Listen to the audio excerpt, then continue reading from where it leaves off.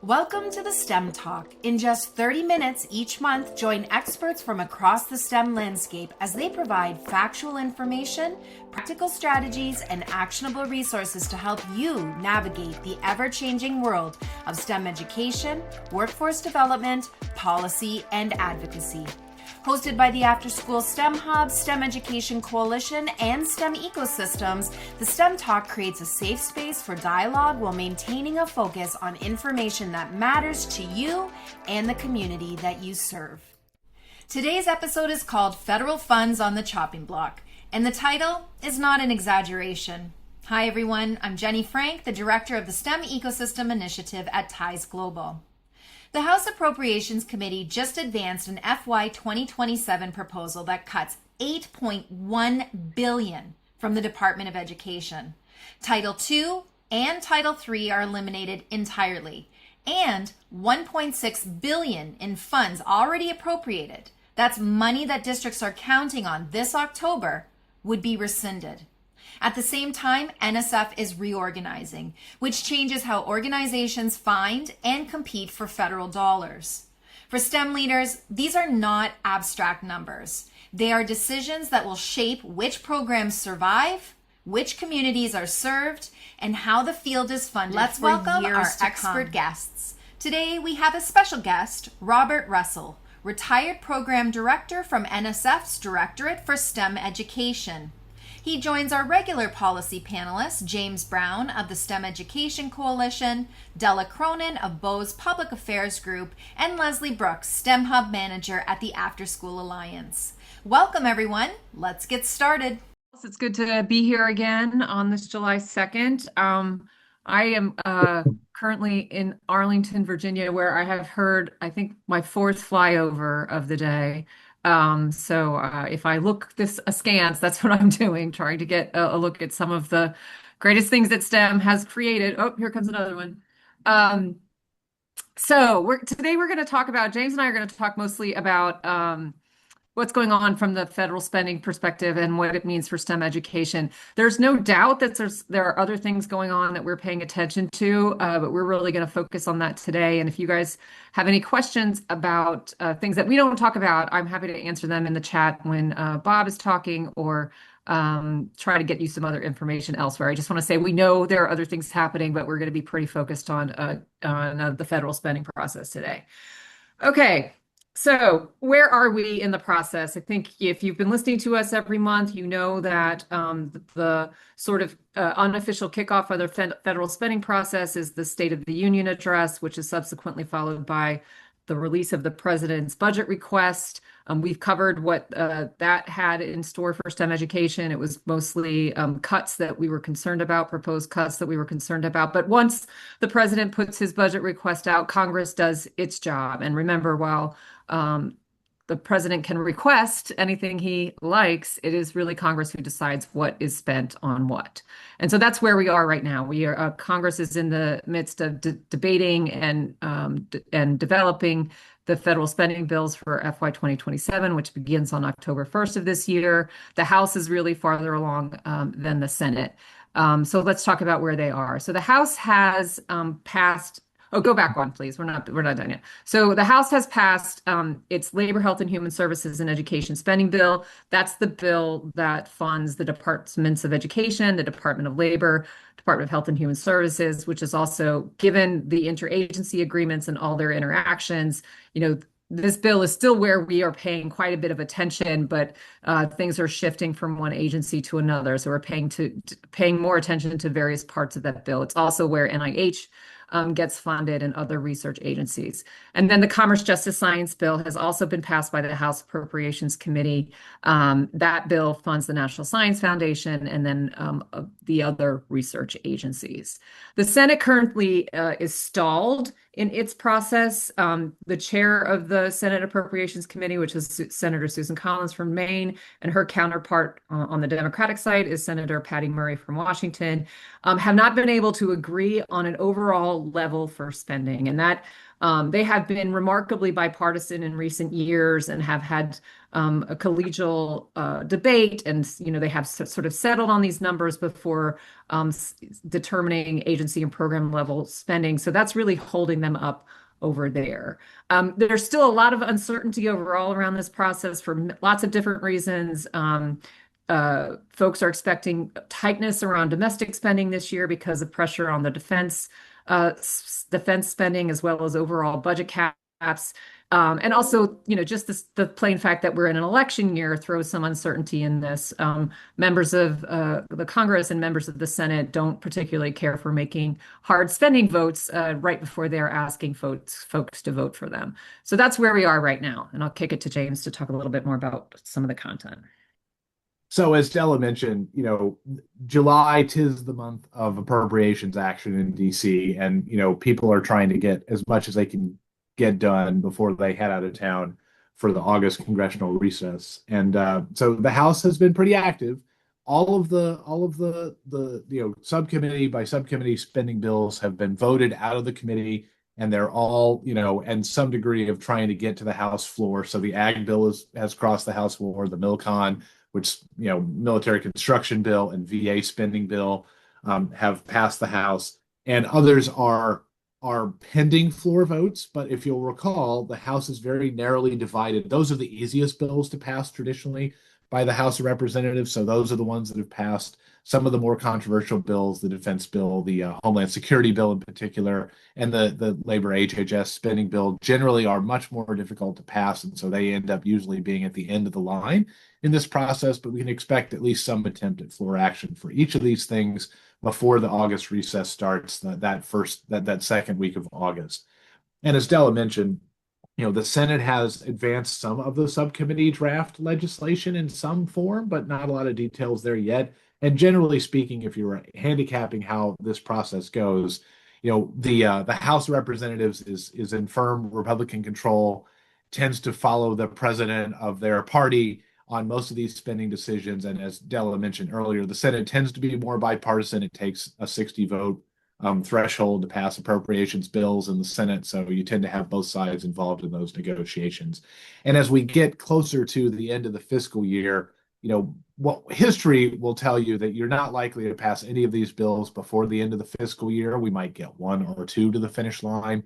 The ones that I mentioned earlier are usually the good candidates for that. And then everything else gets deferred till the end of the year after Election Day, and sometimes after the composition of the new Congress. But we can expect to be in sort of temporary continuing resolution territory for at least the first couple of months after October 1st.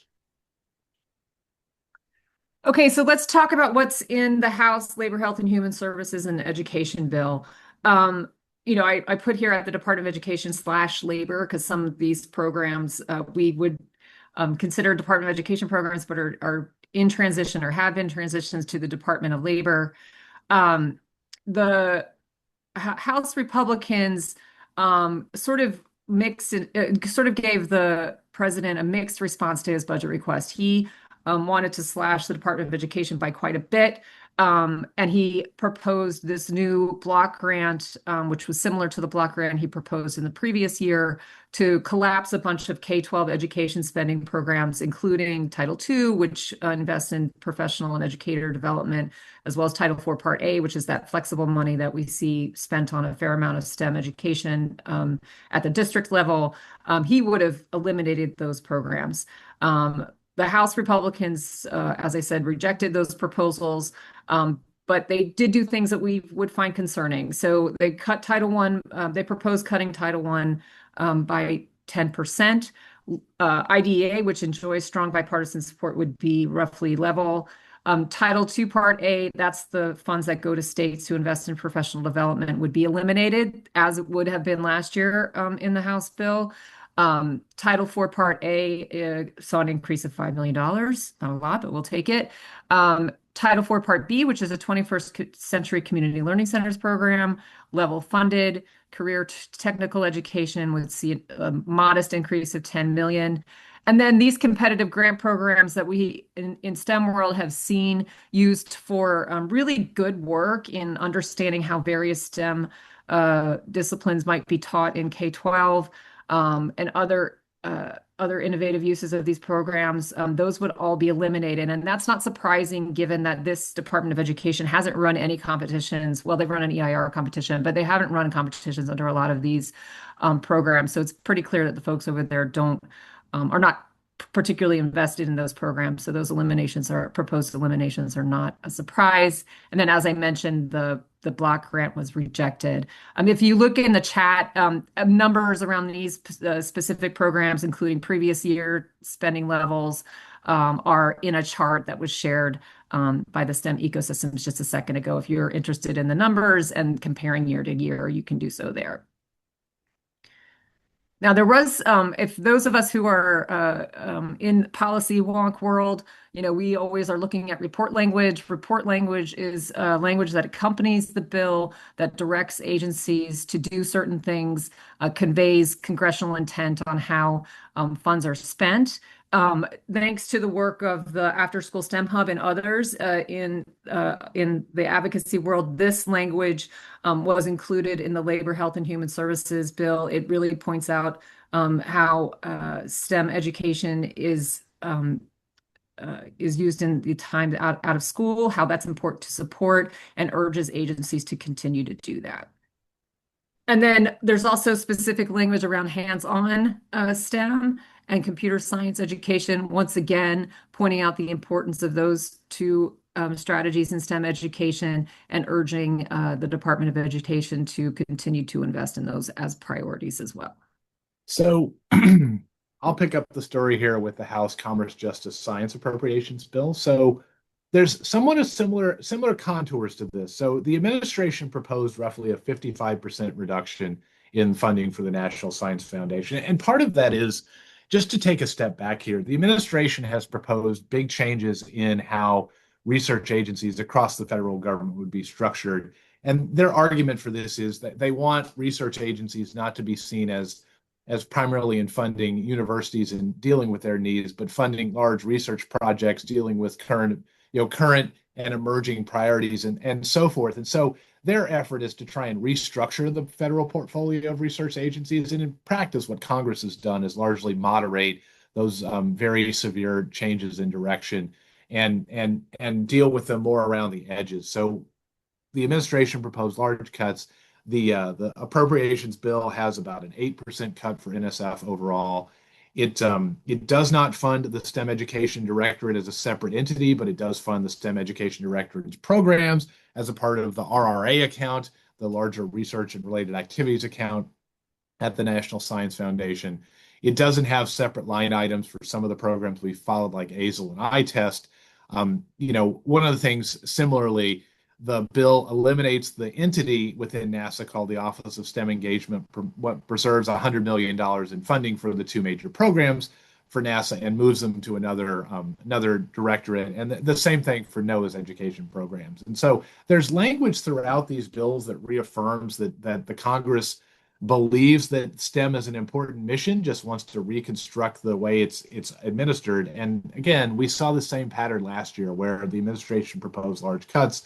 The House, which is typically very eager to see cuts in agencies like the NSF for these kinds of things, moderated it somewhat. And then what we can expect to see in a final bill is the Senate moderate those things further and take them closer back to what would, I think Dell and I would both call the congressional consensus, which is Congress likes to authorize these agencies, design their structure, and then appropriate according to those lines rather than what the administration's proposing. And this is actually kind of similar dynamics in the Obama administration to some extent, where they proposed moving programs around between agencies, and Congress ultimately moderated it in a very different direction.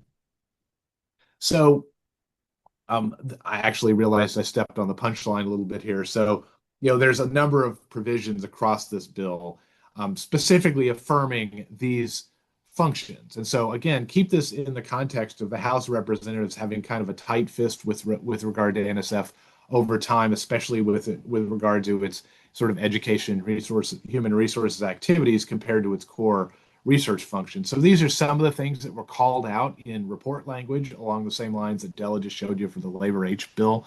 So, continue supporting undergraduate at Hispanic serving institutions, various different ways to get people into teaching professions, There's a lot of language in this bill around STEM degrees and STEM degree completion and the need for turning out more talent across American universities to meet industry needs. These are some of the other thing. One of the things that's consistently, and this may surprise a lot of folks, is that a bipartisan majority of the House and Senate continue reaffirming NSF's efforts to support underrepresented both institutions and communities. There's the phrase of broadening participation, which is consistently used across the NSF statute, has been reaffirmed numerous times by both Republicans in the House and the bipartisan majority in the Senate. So we talked a little bit earlier about this, where the Senate is. I mentioned that they haven't reached an agreement on their top line numbers, which is delaying action. Ultimately, Senator Collins could just proceed without reaching such an agreement. That'll be up to her. But the bills are expected to move later this summer. And as we keep saying, the Senate action we expect to be more bipartisan and generally will reject what the White House and the House Republican bill asks for and instead replace it with their own priorities. So what happens next? So in July, we talked about possible floor action for the bills that have been passed by the committee, those that haven't been passed already, maybe some Senate action. Here comes August recess, which certainly folks who are running for office, which includes all members of the House and a third of the Senate, are looking forward to getting on the campaign trail and not being in Washington, D.C. And then we certainly expect negotiations in September around a continuing resolution. We don't expect the Congress to pass all 12 bills before the beginning of the fiscal year. As a result, there'll need to be some sort of temporary spending bill. Nobody wants a shutdown during an election year. Of course, last year there were shutdowns that we didn't think would happen that did, but it would seem unlikely that they will happen this year. And then we have the midterms, and then depending on those results, final action on the spending bills could come in December. But if Democrats are feeling particularly empowered, they could push to the 120th Congress and sort of put their imprint on those bills more than they're able to do right now. Well, and I'll pick this one up, Della. So over the course of the last 6 months of this year, you have gotten numerous action alerts. The STEM Education Coalition has done a number on appropriations, the After School Alliance, the National Science Teaching Association, the math teachers, others have done all kinds of action alerts asking for your input on these various different appropriations measures. You're going to see several more of these as we go into the middle part of this cycle, and then as we get into the continuing resolution portion that Della talked about. It's really important for us to keep up the drumbeat of emphasizing the relationship between STEM workforce and innovation and protecting, the notion of supporting STEM capacity at the local level through things like ecosystems. This podcast has talked about some of the ways in which ecosystems are specifically available for STEM funding through some of these activities. That language is reflected in the previous year's appropriations bills in many different ways.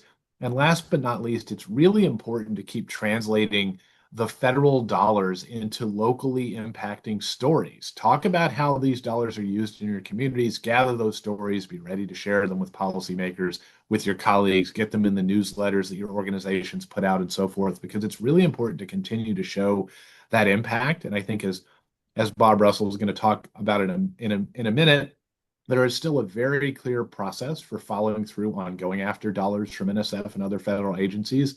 And us as a community have an obligation to continue doing that form of advocacy, which is applying for federal dollars. So a couple of specific messages. We've talked a lot about STEM education, as workforce policy.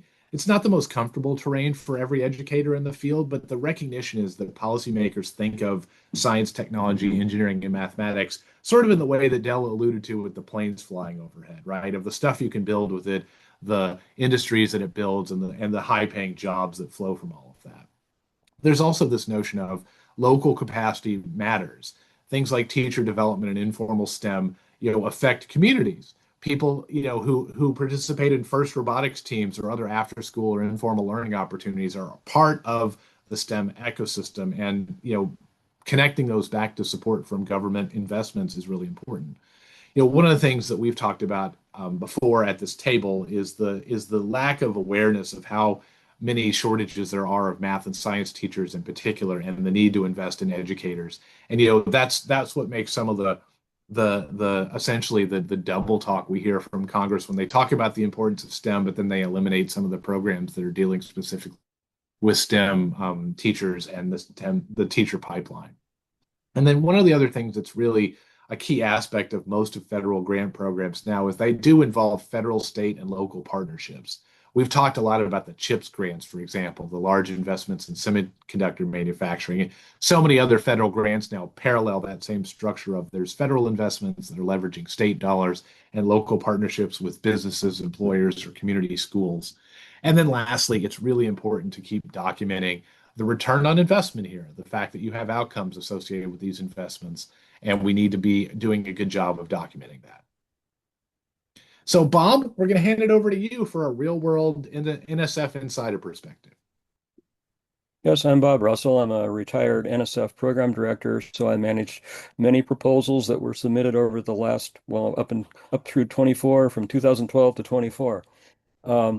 So I'd like to give you a brief walkthrough. So I could talk a lot about each of these changes that have occurred at NSF over the last year.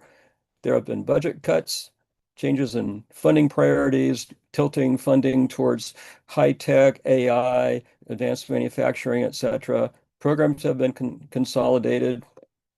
There's been a reorganization of NSF, and the staff has been significantly reduced. Although, by the way, now they're trying to recruit program officers. So check, what is it, USA Jobs, if you're interested in such a position.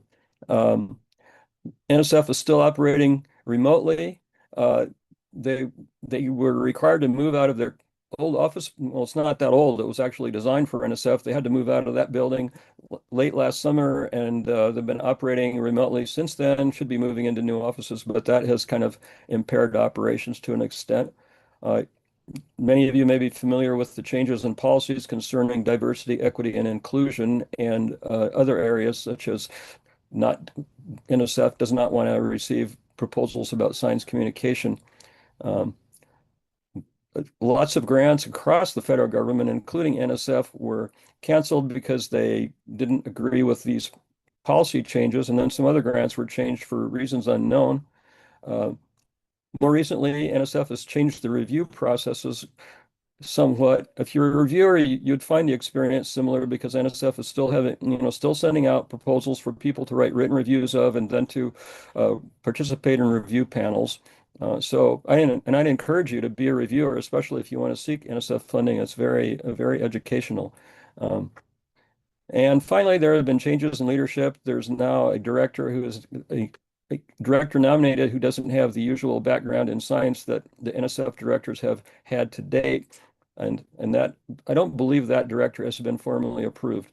And then the National Science Board Advisory Board that has traditionally provided guidance to NSF regarding research procedures and policies for grants, and the board was fired, and there is currently no National Science Board. So there have been a lot of changes that occurred over the last year, and it's really impacted the functioning of NSF. All right. A few tips on applying for NSF funding.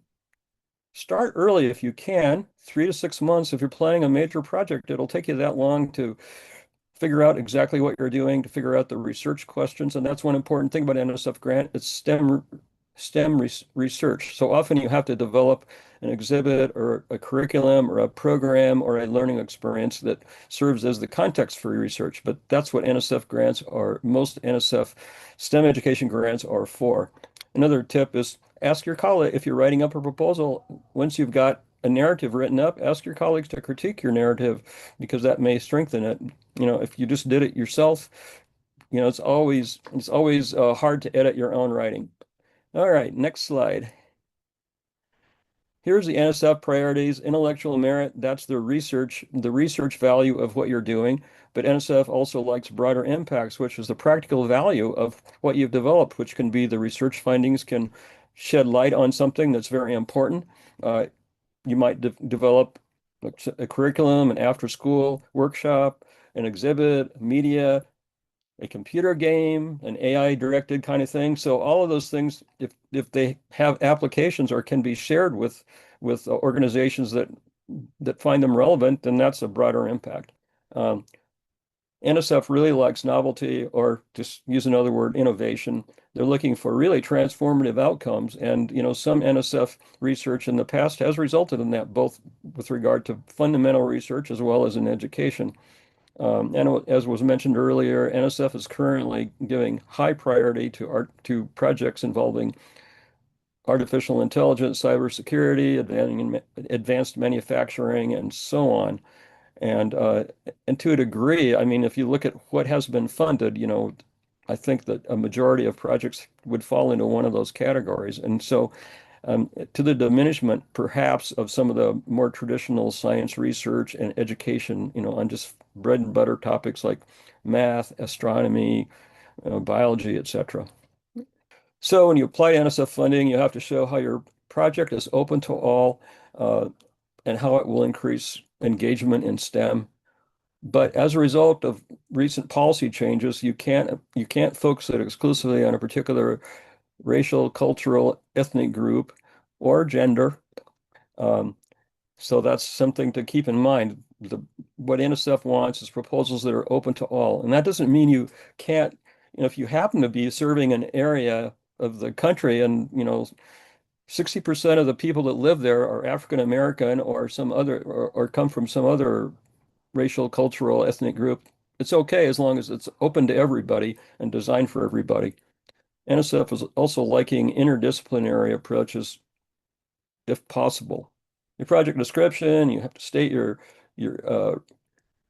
what are your goals in your project, and how does the research relate to that? You need to highlight your research methodology. What are the questions? What are the methodologies? How are you analyzing data? And then you should bring a team to the project that has the expertise to implement the research that you're proposing. Here are some proposal resources, and I'm assuming that this slideshow will be shared, so you don't have to madly write all these down, but you can search the NSF website for funding opportunities and to look at abstracts of projects that have been funded, so you can get an idea of what NSF is funding. You can get updates on funding opportunities. You can look for current research priorities. And then there's new policy guidance, and it's important to review the policy guidance, because if your proposal is not in compliance with those, it may not even be reviewed. I'm just going to feature several programs that you might want to look at. STEM K-12, this program consolidated the ASL informal STEM program that formerly existed, the DRK-12 program, which focused on the classroom development of educational resources and teacher professional development, and also the Computer Science for All program. So those are all consolidated in one program. There's no deadlines. You can submit at any time. And if you somehow could get a proposal together yet this month, like very soon, there might be a possibility it would be reviewed and funded this fiscal year. The link there is to take you directly to the guidelines. Here's a program to look out for. It's called iTest. You can read the title, and it focuses on developing students or out-of-school participants in STEM education that involves technology and that has a career focus to it. So there's the link to the program announcement, and then you can, like I said, you can find examples of funded projects at nsf.gov and look and search awards. Okay, I'll just say the acronym here, RIDLE. And this is for early stage research on emerging technologies like robotics, AI, using artificial or augmented reality, virtual reality, etc., for teaching and learning. So that's a very interesting program. And if you've got a cutting edge idea and but it's not ready for really, doing a randomized controlled trial or something like that, this is a good program. It's looking for really cutting edge projects, that are highly experimental, and that if they're successful, could have a large impact. Okay, so look out for this one as well on NSF. There's no current deadline, but the deadline usually hits later in the year. And likewise for the iTest program, I've heard talk from, I don't have a lot of internal secrets, but I've heard talk that they're developing a new program announcement, which isn't out yet. So those two programs are worth watching for. And on an ongoing basis, some probably new opportunities will become available. So I really encourage you to look at the NSF website and to subscribe to the updates so that you'll, constantly receive information on what's going on and what's available. We really appreciate you joining us today. And thank you, Della and James, for all the policy updates. Real quick before we sign off, I did want to mention that the After School STEM Hub has a new After School STEM quarterly research review newsletter that was just published this week. It focuses on a couple of research articles that look at after school programs serving students in rural communities. So check it out. We are still accepting responses in a survey for these STEM talks so we can better serve you and your needs. All these links will be shared in the chat by our colleague Leah. And then finally, if you haven't already, please join our STEM advocacy platform. We know we didn't have any time for questions today, but we're hoping to start responding to the majority of the questions you'll all submit when you register in that platform in the weeks after each STEM talk. So be looking forward to that. Thank you for joining us for this insightful discussion on the policy landscape affecting STEM education and workforce development. We hope you've gained valuable perspectives and actionable strategies from our conversations. We'll continue this important dialogue with critical insights about top STEM priorities and more guidance on navigating the current advocacy landscape. To learn more about the work of STEM Education Coalition, After School STEM Hub, and STEM ecosystems, please visit our websites. Until next time, keep advocating for a strong STEM education and workforce nationwide.